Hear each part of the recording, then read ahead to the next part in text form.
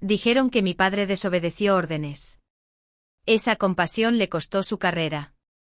Yo tenía 17 años cuando lo vi saludar a la corte marcial por última vez, luego salir bajo la lluvia. Despojado de todo menos de la dignidad. Nunca regresó. Años después, cuando escuché las mismas palabras lanzadas contra mí, imprudente e insubordinada, emocional, sentí esa misma lluvia en mi piel de nuevo. Excepto que esta vez, no estaba mirando. Era yo quien estaba en la tormenta, rompiendo el protocolo de la Armada para salvar a una familia que nunca había conocido. Mi nombre es Sofía Ramírez, y esa noche aprendí la única regla que mi padre murió creyendo: a veces, hacer lo correcto significa convertirse en el enemigo de todos los que obedecen. El cielo parecía tinta derretida y el viento rugía con la fuerza suficiente para sacudir los huesos del avión. Mis manos se aferraron al yugo de control, los músculos quemándose contra la turbulencia, mientras la tormenta exterior arrasaba la bahía como si estuviera castigando a la propia tierra. El C-130 gemía bajo el peso del viento, cada remache traqueteando como si supiera lo que estaba a punto de hacer. La radio ladró en mi oído, ordenando a todos los vuelos mantener el rumbo. Sin desvíos, sin excepciones. Pero el radar volvió a pulsar. Un tenue eco rojo apenas aferrándose a la vida a 12 millas de distancia. Una señal de socorro, frecuencia civil. Lo miré hasta que la estática sonó como un latido de corazón. El centro de mando repitió su orden, más tajante esta vez. Casi podía escuchar el miedo detrás de su autoridad.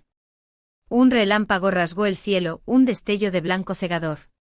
Y en esa fracción de segundo, escuché la voz de mi padre en algún lugar profundo de mi cabeza. La misma voz que me había guiado a través de cada tormenta que había volado. Hay momentos en que sigues órdenes y momentos en que sigues lo que es correcto. Corté la radio. Mi voz era firme cuando dije: tripulación, nos estamos desviando. Andrés maldijo entre dientes, pero me siguió. La pista de aterrizaje delante no era más que un tramo de asfalto inundado. El agua chocaba contra las ruedas al tocar tierra. La tormenta nos arañaba, pero el haz de nuestras luces atrapó un todoterreno oscuro medio sumergido cerca del borde del dique. Alguien golpeaba la ventanilla. El grito de una mujer atravesó el viento. Corrimos. El frío golpeó como cuchillos.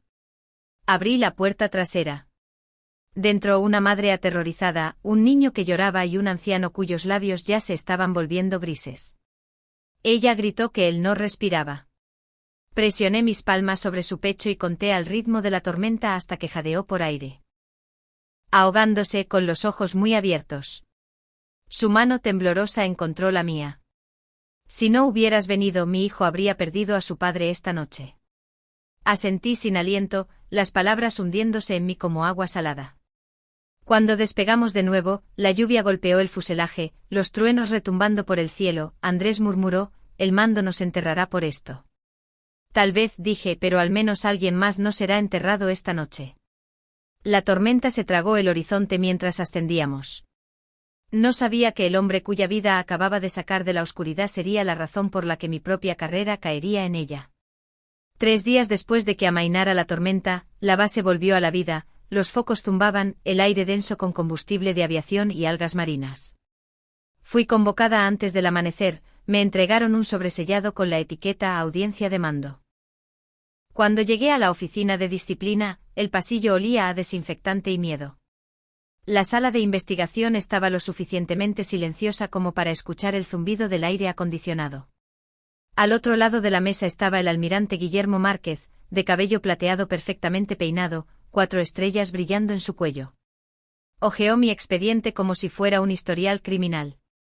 Teniente comandante Ramírez, se desvió de la ruta asignada. Sin autorización, sin confirmación. Explíquese. Había una señal de socorro, señor. Vehículo civil sumergido. 3 vidas en peligro inminente. ¿Y creyó que violar órdenes directas estaba justificado? Creí que no hacer nada habría sido peor. Me estudió como un enigma que no quería resolver. El zumbido del aire acondicionado llenó el vacío donde debería haber habido humanidad. La Armada no opera por creencias. Comandante opera por disciplina. Firmó el papel con un trazo de la pluma que puso fin a mi estado de vuelo. Suspendida indefinidamente. Reasignada a logística. Al darme la vuelta para irme, lo escuché murmurar a su ayudante casi con lástima: el heroísmo no alimenta la logística. Esa noche las palabras resonaron en mi cabeza como una turbulencia que no cesaba. 2 días después, un joven teniente me envió un enlace de vídeo. Imágenes granuladas de mi avión aterrizando en la tormenta en línea. Me llamaban la piloto ángel dentro de la base.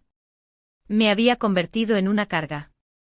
Era casi divertido lo rápido que el mismo acto podía parecer coraje o crimen, dependiendo de quién estuviera mirando. Cuando entré en el comedor a la mañana siguiente, todas las voces se detuvieron a mitad de la frase. Los ojos me siguieron, luego se desviaron rápidamente. La gente no solo temía las órdenes, temía a cualquiera que les recordara que las órdenes podían ser erróneas. El jefe Andrés me alcanzó fuera del hangar, bajando la voz. Dicen que el hombre que rescató era alguien importante. Muy importante. Todos son importantes cuando se están ahogando, dije, forzando la calma. Aún así, algo dentro de mí se tensó como un cable a punto de romperse. Esa noche me encontré de nuevo en el edificio de archivos, polvoriento, silencioso, el aire viciado con cosas olvidadas. Mi padre había trabajado allí una vez antes de que la Armada lo destrozara. Entre las filas de viejas carpetas, noté un sobre amarillo con tinta borrosa. Estaba dirigido con una letra descolorida. Guillermo Márquez, personal. Contuve la respiración, era la letra de mi padre. Temo que hemos construido una armada que olvida que el mar está lleno de personas, no de números. Si alguna vez tienes el mando, Guillermo, recuerda que la compasión no es debilidad, y debajo, una última línea: una armada que castiga la compasión un día perderá su alma. La carta nunca había sido enviada. Mis rodillas se sintieron inestables. El hombre que había terminado la carrera de mi padre era el mismo que ahora desmantelaba la mía. El mismo error, el mismo pecado: salvar vidas. Me miré el reflejo en el gabinete de cristal borroso, tembloroso bajo la luz parpadeante. Afuera, una lluvia suave comenzó a caer, golpeando el techo como una advertencia. Otra tormenta se estaba formando, no en el Golfo esta vez, sino dentro de mí. Pronunciaron mi nombre como si llamaran a un acusado. La sala de reuniones de la base naval de Rota resplandecía con una luz blanca estéril, lo suficientemente brillante como para exponer cada gramo de vergüenza. Me mantuve erguida frente a los oficiales reunidos, mientras el almirante Márquez sujetaba el informe como una sentencia que había estado esperando pronunciar. Esto, señoras y señores, es lo que sucede cuando la emoción anula la disciplina. La Armada no es una organización benéfica. Es precisión. Cada palabra caía como un clavo contra el metal. Nadie me miró a los ojos, pero pude sentir su alivio. Agradecidos de que no fueran ellos. Pregunté en voz baja: ¿permiso para hablar, señor? Denegado, respondió sin levantar la vista. Entonces, ¿permiso para respirar, señor? Algunas risas nerviosas se escaparon, desapareciendo tan rápido como llegaron. Márquez cerró el expediente. Se presentará en logística con efecto inmediato. Queda en tierra hasta nuevo aviso. La habitación se volvió fría y silenciosa, el tipo de silencio que se traga la dignidad. Cuando me fui, alguien susurró: nunca volverá a volar. Afuera, caminé directamente hacia la orilla y me quité la gorra. El aire olía a sal y combustible de avión, frío y amargo, un viejo perfume de fracaso. Mi padre había estado así una vez, despojado de alas y voz. Había permanecido en silencio hasta que lo mató. Juré que no lo haría. Esa noche regresé a los archivos y puse una hoja en la vieja máquina de escribir oxidada de mi padre. Bajo la tenue luz amarilla, volví a escribir sus palabras sin enviar. Las órdenes están escritas para la misión. La compasión está escrita para los hombres que la llevan a cabo.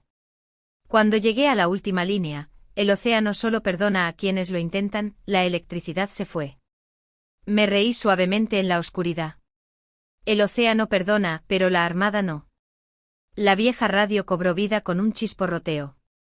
La voz del jefe Andrés interrumpió la estática. Señora, se dice que viene una inspección de Madrid. Van a reabrir su caso. ¿Quién lo solicitó? No estoy seguro. Tal vez la hija del almirante, la doctora Eva Márquez. El haz de la linterna se posó en la foto de mi padre en la pared, sus ojos tranquilos y desafiantes. Si la Armada olvidó tu lección, papá, haré que la recuerden. Una semana después, la base se sentía dividida por la mitad. La mitad pensaba que mi castigo era injusto. La otra mitad rezaba para que el sistema permaneciera inalterable. Pasé mis días en la oficina de logística sellando formularios, viendo cómo el tiempo moría lentamente en el papel. Cada vez que un avión despegaba rugiendo de la pista, sentía que una parte de mí se iba con él.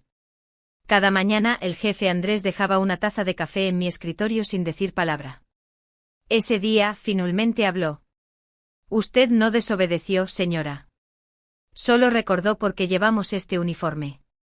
Intente decirle eso al hombre que escribió mi reprimenda. Quizás algún día escuche. Por la tarde caminé por el hangar. Las herramientas tintineaban. Los motores zumbaban. Las conversaciones se detenían cuando pasaba.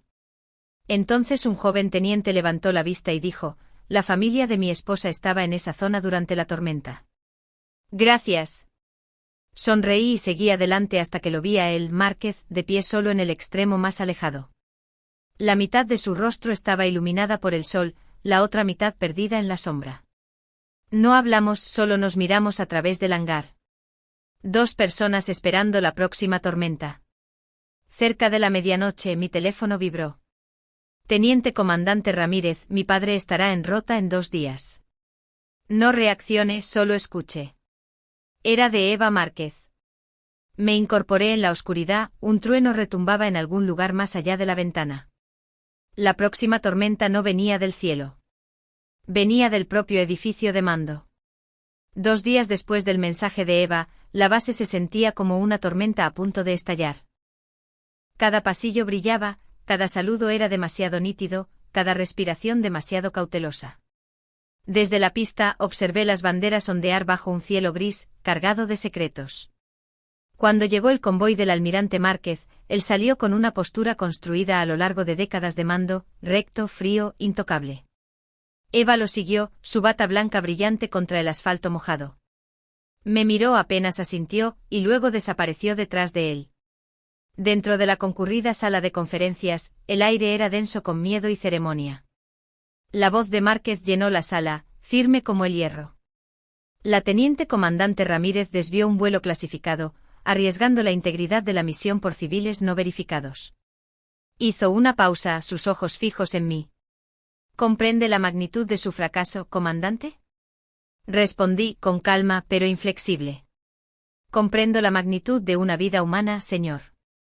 Un revuelo recorrió la multitud. Insistí, ¿se perdió alguna carga? ¿Algún miembro de la tripulación resultó herido? Él dijo que no a ambas preguntas. ¿Entonces qué fue exactamente lo que se puso en peligro? ¿Mi conciencia? La sala se quedó helada. Márquez apretó su bolígrafo hasta que las puertas se abrieron de golpe. Eva entró con voz temblorosa. Señor, los civiles que ella salvó no eran extraños. Eran mis abuelos. Sin ella, mi abuelo, su padre, habría muerto. Exclamaciones llenaron el aire, y el rostro de Márquez se derrumbó en silencio. Dije en voz baja, no sabía quién era. Solo sabía que se estaba muriendo. Luego salí antes de que alguien encontrara su voz. Esa noche, bajo las luces de la pista, Márquez se acercó a mí solo. Su voz estaba ronca. Tu padre me escribió una vez. Nunca le respondí. Lo sé, dije. Encontré la carta.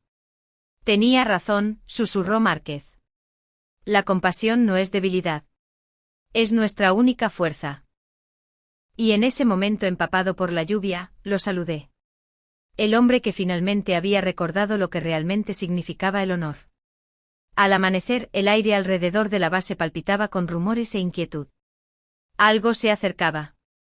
Todos lo sentían. El mensaje se extendió rápidamente. El almirante Guillermo Márquez había convocado una junta de revisión de mando completa. La asistencia era obligatoria. Nadie sabía por qué. Cuando entré en el salón principal, el mismo donde mi carrera había sido desmantelada semanas antes, la luz se sentía diferente. Ya no era fría. Era expectante, pesada, como la pausa antes de un trueno. Todos los oficiales de la región estaban sentados rígidamente en sus asientos. En el escenario, debajo de las banderas de España y la Armada, estaba Márquez. El hombre parecía más viejo, despojado de su armadura de certeza. Ante él yacía una sola carpeta, la mía. Comenzó lentamente con voz áspera pero firme. Hace unas semanas, sostuve este mismo expediente y lo califiqué de fracaso. Hoy lo veo como una prueba de todo lo que se supone que debemos ser. La sala quedó en silencio. Pude oír mi propio latido por encima del zumbido de las luces. Márquez se volvió hacia mí. La teniente comandante Sofía Ramírez actuó en contra de órdenes directas durante una tormenta de categoría 3. Desvió su aeronave para ayudar a civiles en apuros, uno de los cuales, supe más tarde, era mi propio padre. Una ola de susurros recorrió la sala. Él levantó la mano, silenciándolos. Ella no lo sabía, y no necesitaba saberlo. Actuó no por reconocimiento o seguridad, sino por la misma razón por la que este uniforme fue creado. Miró por la sala, con los ojos claros y húmedos. Las reglas están escritas para proteger las misiones, pero son las personas las que dan sentido a esas misiones. Cuando las reglas olvidan eso, se necesita coraje, no desafío, para recordárnoslo. Por primera vez, nadie se atrevió a respirar. El jefe Andrés apretó su gorra, con los ojos vidriosos. Vi a algunos oficiales bajar la cabeza, no por vergüenza, sino por respeto. Por lo tanto, dijo Márquez, la reprimenda es anulada. Todas las acciones disciplinarias quedan sin efecto con efecto inmediato. La teniente comandante Ramírez es reintegrada al mando completo de vuelo. No hubo aplausos, solo un silencio que significaba algo más profundo. Luego se volvió hacia mí, con voz suave pero firme. Tu padre tenía razón. Una vez perdimos nuestra alma. No de nuevo. Se me hizo un nudo en la garganta. Solo pude susurrar, gracias Señor por recordarlo. Y en ese momento, la Armada volvió a sentirse humana. Un mes después me encontré en Madrid, caminando por los pasillos de mármol del Ministerio de Defensa. El aire invernal traía una calma ceremonial, casi sagrada. Por primera vez en meses, el peso de mi uniforme de gala no se sentía como un castigo. Se sentía como una promesa cumplida. La sala de juntas era vasta, revestida con retratos de hombres que definieron siglos de leyes navales.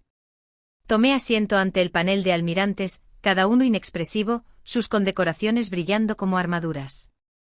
Sobre la mesa frente a mí, yacía el nuevo borrador, la directriz de vuelo samaritano.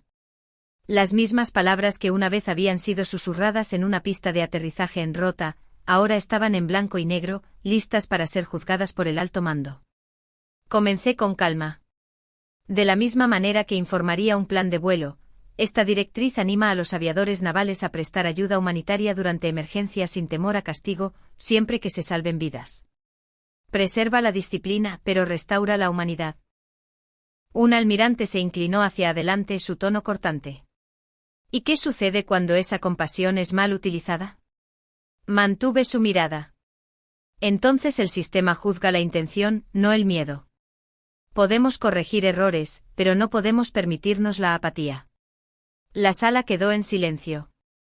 Un largo silencio pesado llenó el aire. Luego el presidente asintió una vez. Aprobado. Fue una sola palabra, pero resonó como un latido. Cuando la sesión terminó, recogí mis archivos, entumecida de alivio, y encontré un sobre esperando en la mesa marcado con una letra familiar. Dentro había una sola nota escrita con trazos firmes y deliberados. Tu padre una vez me enseñó reglas. Tú me enseñaste conciencia. Entre las dos, finalmente encontré el honor. GM. La leí 2 veces, luego la doblé con cuidado, mis manos temblorosas. Afuera de la ventana, la primera nevada de la temporada comenzó a caer, cubriendo el helipuerto de blanco. Los copos flotaban lentos y silenciosos como los fantasmas de cada tormenta que había volado. Pensé en mi padre en el día en que se presentó ante el tribunal, despojado de todo menos de la dignidad. No había vivido para ver este momento, pero su voz había viajado a través de décadas de silencio para alcanzarlo. Su compasión, una vez condenada, era ahora doctrina. Susurré a la habitación vacía. Más a él que a mí misma, no solo cambiamos una regla, papá. Recordamos por qué existía. Afuera, la nieve seguía cayendo, borrando cada cicatriz de la pista de abajo. Y por primera vez en años, la armada se sintió limpia de nuevo. Un año después, Rota amaneció bajo un cielo despejado. El tipo de calma que solo viene después de que algo ha sido destrozado y reconstruido. La primera tormenta de la temporada había pasado, dejando el aire limpio de sal, los hangares brillando bajo el sol. Caminé por la pista hacia la nueva flota de rescate, el viento tirando de mis mangas. Ya no era la mujer que una vez estuvo aquí esperando un juicio. Ahora era la comandante del programa de entrenamiento samaritano. Cada aeronave relucía con pintura fresca, la misma frase estarcida debajo de la insignia de la armada: servir con conciencia. Filas de jóvenes aviadores estaban en posición de firmes junto a sus aviones, ansiosos, orgullosos, con los ojos brillantes, con el mismo fuego que una vez me había dejado en tierra.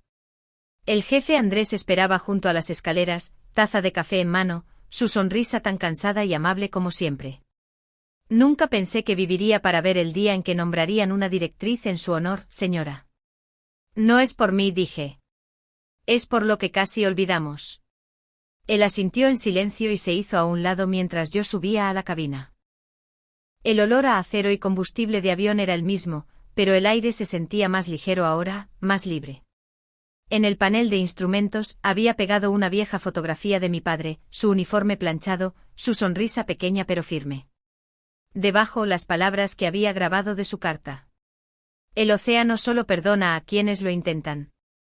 Los motores cobraron vida con un rugido, haciendo temblar el suelo bajo mí. Pulsé la radio. Samaritano 1 solicitando autorización. La voz de la torre crepitó, tranquila y segura. Autorizado para despegue, comandante Ramírez. Sonreí. El tipo de sonrisa que se siente como volver a respirar. Entendido. Las tormentas siempre llegarán, pero esta vez volamos hacia ellas con un propósito. La pista se desdibujó debajo de nosotros mientras el avión se elevaba hacia el cielo. La luz del sol se abrió paso en la cabina, cegadora, cálida, viva. Las nubes se abrieron delante, brillando como olas de oro. Debajo el golfo resplandecía y la bandera del hangar ondeaba al viento. En algún lugar entre el zumbido de los motores y el latido de mi corazón, casi pude escuchar su voz profunda, tranquila, orgullosa. Bien hecho, Sofía. Terminaste lo que yo empecé. Y por primera vez, creí.